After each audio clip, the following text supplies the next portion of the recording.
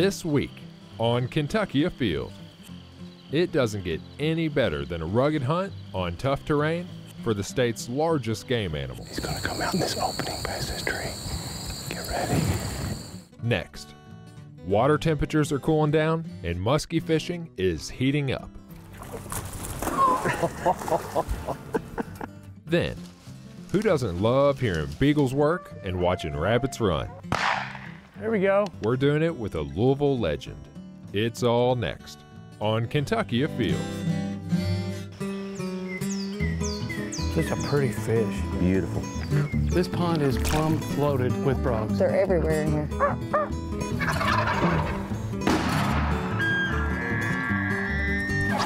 Yeah, this is a good fish right here.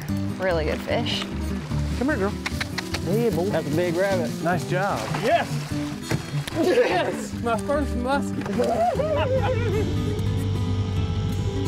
Mercy Leo! Yeah, look at it's a keeper. Here it goes! Boom! Oh! Wow, that happened fast.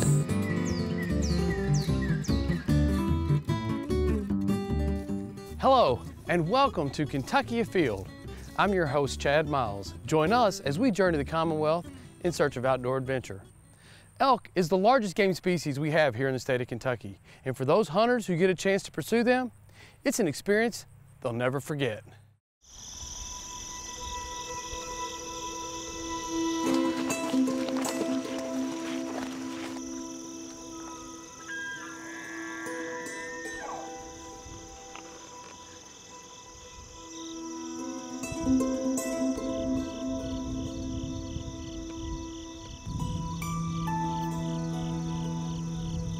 We heard a beagle here on the way in, but I'm not seeing as much sign as I'd like to see to spend a lot of time here scouting. Let's go back to the truck, drive to another bowl, and get out and kind of do the same thing. Okay. We'll check about 5 or 6 of these bowls this morning.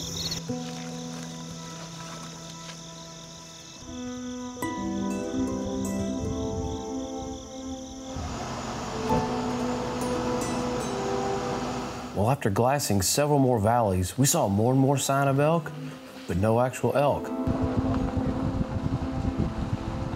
Then on our way off the property, we get to the gate and look back, and there stands 2 bulls. Unfortunately, the biggest bull slipped out before we could get him on video.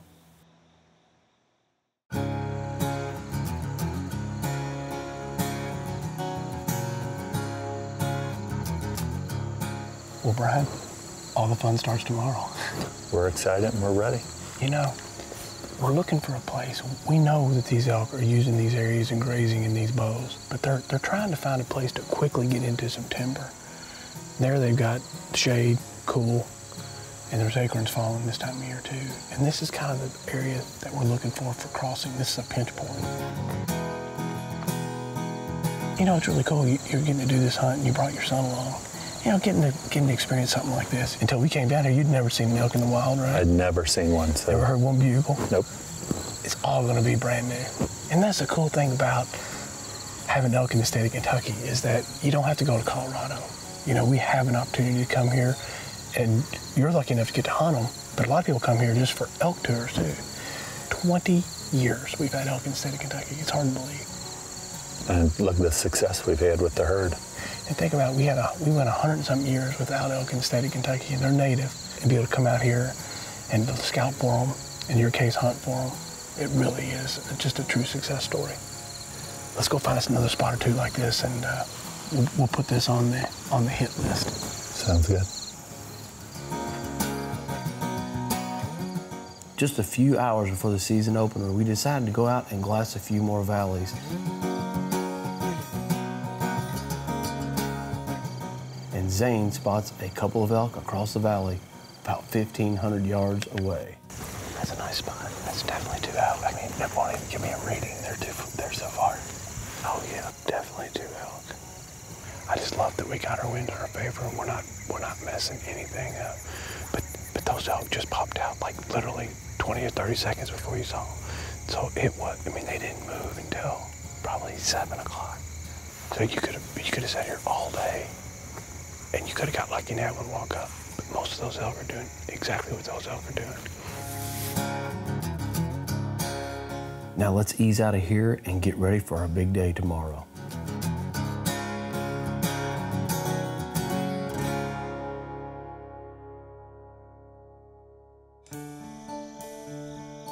Well, it's here. I'm excited. You know what? 30 minutes, 20 minutes with a good shooting light, it can happen real fast. This may be a 3 or 4 day hunt. However, it doesn't make a difference. We're here for the long haul, we're gonna make it work. I'm fired up. This is probably, out of every hunt I've ever had in Kentucky, one of the best as far as weather conditions go. I mean, it's you can move around without being real loud, and yet it's fairly cool. This is elk hunting weather for Kentucky. We're very lucky to have it. Let's make it move. All right, let's roll.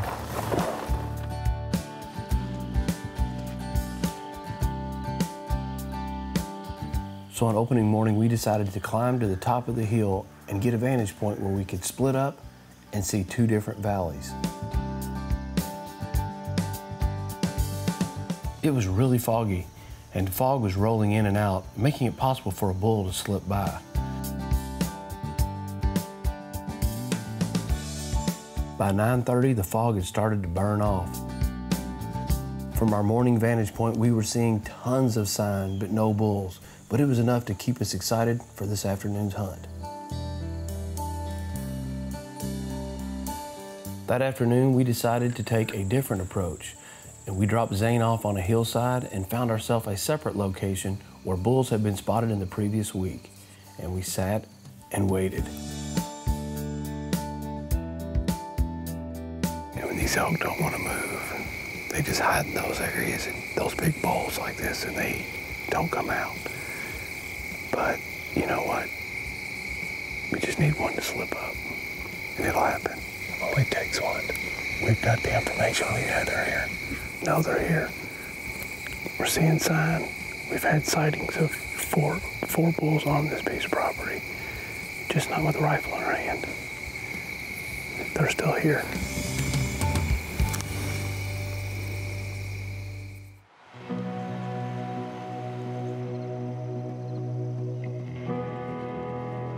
On the second morning, we decided to go right back where we had hunted the previous morning.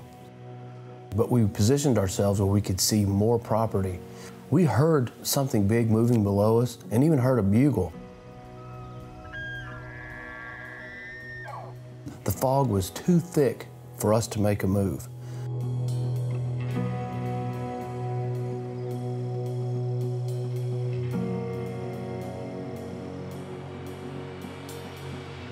As the fog burned off, we noticed that we had company. A few other hunters had also found our honey hole. And by late morning, it had heated up and we decided to call it quits.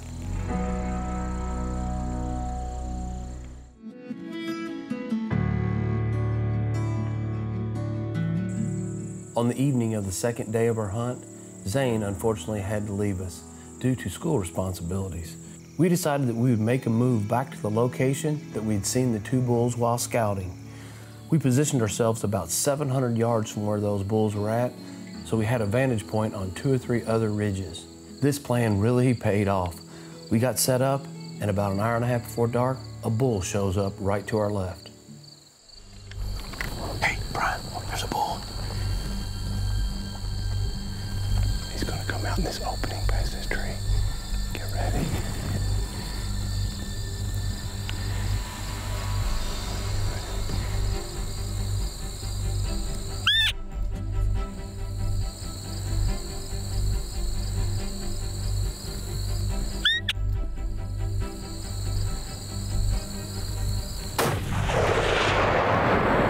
Reload. Get back on it. Get back on it. Hey, he's hurt. Get ready. He's gonna give you. Uh-oh, get ready.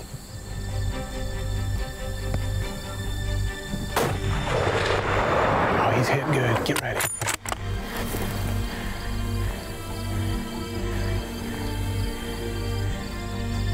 He's not moving.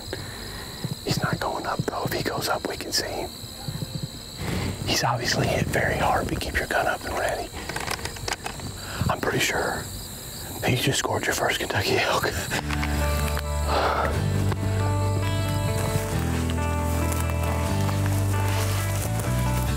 Right there it is. Right there it is. It looks down. You got it. Congratulations, man. Awesome, you got an elk and a Kentucky elk at that. Thank you very much. Man, that's awesome. I'll tell you what, when you get up on them, with whitetail sometimes you get ground shrinkage. Elk always look bigger when you get up on them. I mean, look at the size of that animal. I know you. They're large animals. They are very large animals. Wait till we start dragging it, they get bigger. Yeah, I had a feeling. You know, and it's a 5x5. They say never pass up an animal that you take on the last day on the first if you've never elk hunted before. Congratulations. I could not be more excited for you, man. I'm so happy. Thank you so much. But you really got yourself a nice animal. And hey, that's going to be good on the table, too. absolutely.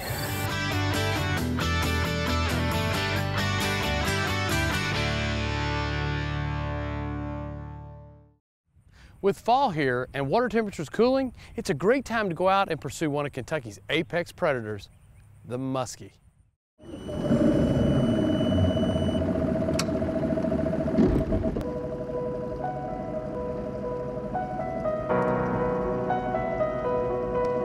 When it comes to muskie fishing, are you talking about one fish every 4 or 5 trips is pretty good? Yeah, I mean, you look for fish.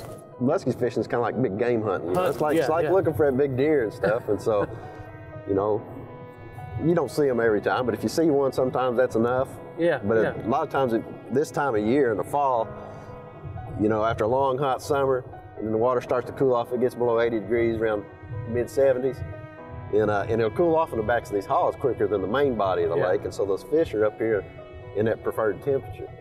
And they'll, you know, once they start that, they'll stay around for a little while.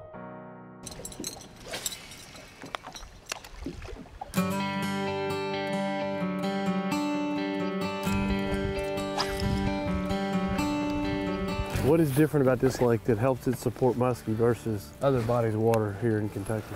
Well, you know, this is native water. The muskie were native to Licking River, of course. Yeah.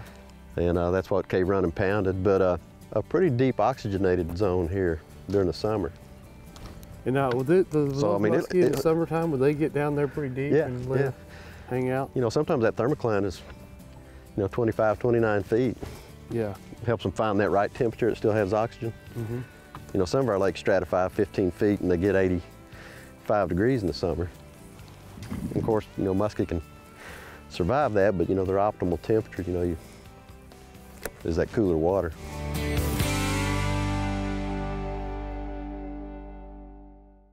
Uh-oh, here we go. Nice. It's not a big one.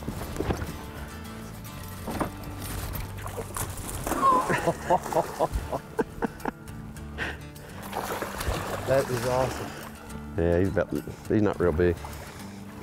No, but that is a muskie. Nice job. That's not the one that came up earlier. The other one was bigger.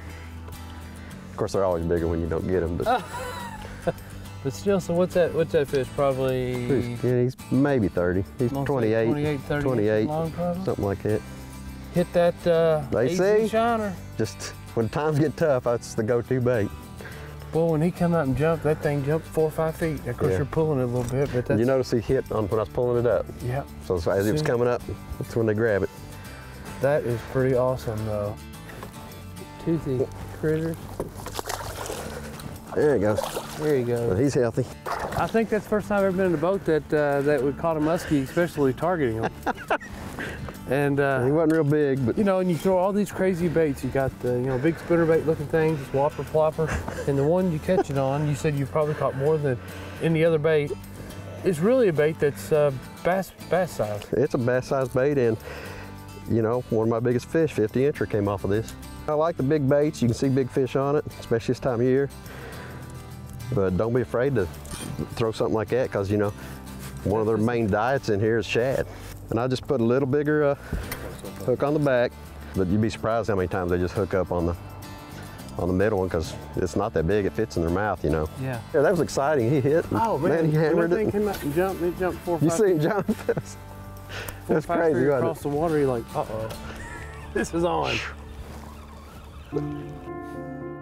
In the lake, you're looking at, you know, kind of a density of 1 fish for 3 acres. 1 fish for 3 acres. But, you know, this time of year, you know, even though they're a solitary fish, they all like the same conditions, so there may be several fish here. Yeah. Not unusual at all, and actually that's why you need to fish when they're hitting. Yeah. Oh, here we go. All right. Raise it up, raise it up, raise it. Oh, that's a good one. Hold on, boys, that's a good one. That's a good one. Good fish. Let me get you out of the trees here. Oh, God, you're in the trees. Got me wrapped up in those trees there. Get him up, get him up, get him up. All right, now we're out. Here we go. Now we're out. Good fish, good fish, good fish. We're in treetops there, so I don't want to. A little big one, Got him hooked on top of the head. Yes! Yes! My first muskie. Hey, we saw that same fish, same spot. We left, came back an hour and a half later, came back, and sure enough, there he was. That is awesome. This is a good one. This is a good What do you think we got there? 40 inches? Yeah, he's probably 40 incher. Hold on, let me get a quick thing on him here.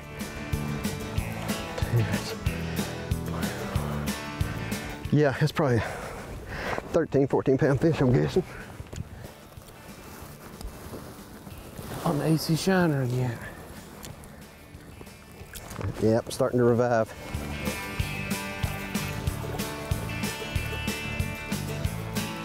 There it goes. There he goes. My first time ever muskie fishing. And boy, I picked a good day to come and a good partner to come with. It's our 5th fish that's come up. We've had 2 in the boat. We had another one come up and bump. And mainly on these AC Shiners, the double O's is what we're throwing. And hey, there's several more in here. We may catch another.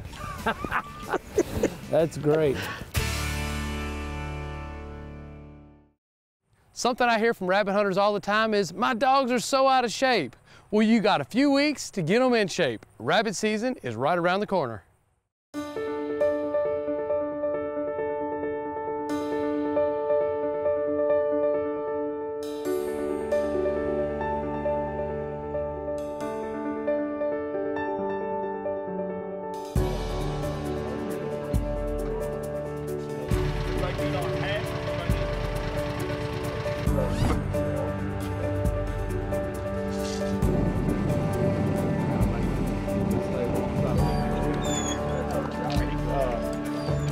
Jack and Buddy are brothers from 2 different litters. I got them out of Nashville.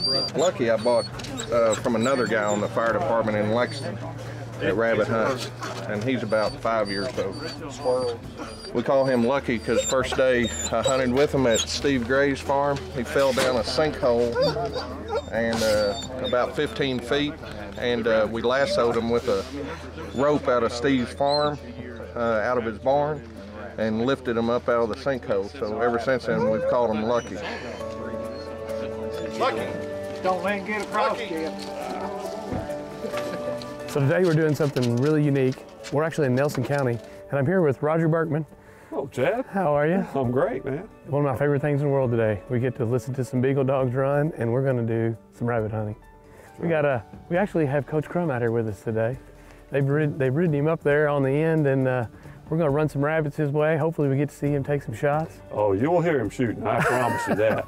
You know, and I didn't know that he was such an avid hunter, but he loves this, doesn't he? Oh, we love all kinds of hunting. We deer hunted last weekend.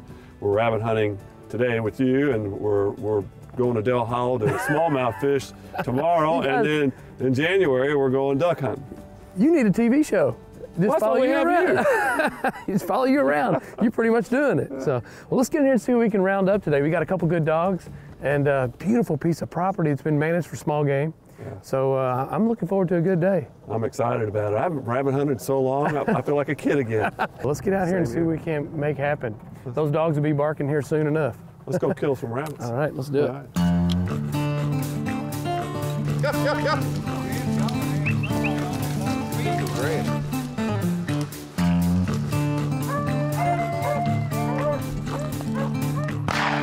There we go. They might circle them back. They're gonna circle on us. Yeah, they might come right back out. Come right out here at us. Isn't that a pretty sound? I like what they're doing with Coach. See, drive him way up there and he just gets out and stands and waits for rabbits to jump out and shoot them.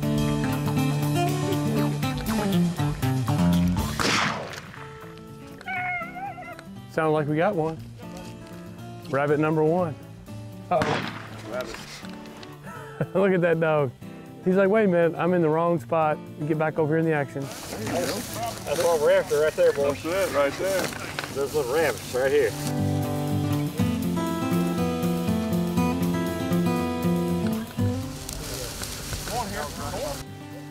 Uh-oh, here you go.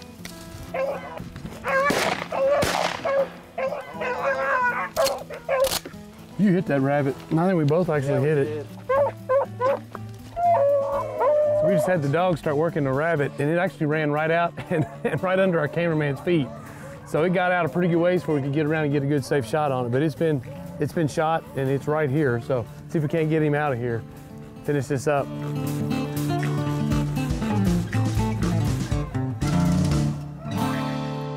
So we're out here with Coach Crum today. You've had a lifelong relationship with Roger Berkman, have you not? I have. We recruited him and he came to Louisville and he was our sixth man on our first national championship team in 1980. This and fishing is what you guys do together a lot. He's kind of your hunting and fishing buddy, is he not? Yes, he is. A week ago, he shot 3 deer. He got 3 does on a place that's overrun with does. But he and I do a lot of things together. In Kentucky, we got so much opportunity for both. You're a deer hunter and a turkey hunter. Small game, we're very lucky. Yes, I mean, this is a fabulous place to live. That's one of the things that has kept me in Louisville is the opportunities to go hunting and fishing. And Thanks for having me out today. It's always a pleasure to see you. It's a pleasure to be with you guys. I just caught the edge of him when he came into the brush here. Gone, I just turned around just in time to catch the back end of him. Well, Coach, it's like when I played ball for you. I'm 0 for 1. Well, he told you to keep shooting, didn't he? It was 4 fouls. I said he told you to keep shooting. Oh yeah, keep shooting. Yeah, he's going to jump out on that road here. Short. He's got to be dead. Get him? Yeah, I get him. Wait, is that not the rabbit? I can't tell. Yeah, I think that, yeah, that's the rabbit. They got him? Yeah, they got him. Oh, we got him. You saw him, James. I was right on him. Yeah. I saw the fur, I was like, that rabbit. I just flat gutted him.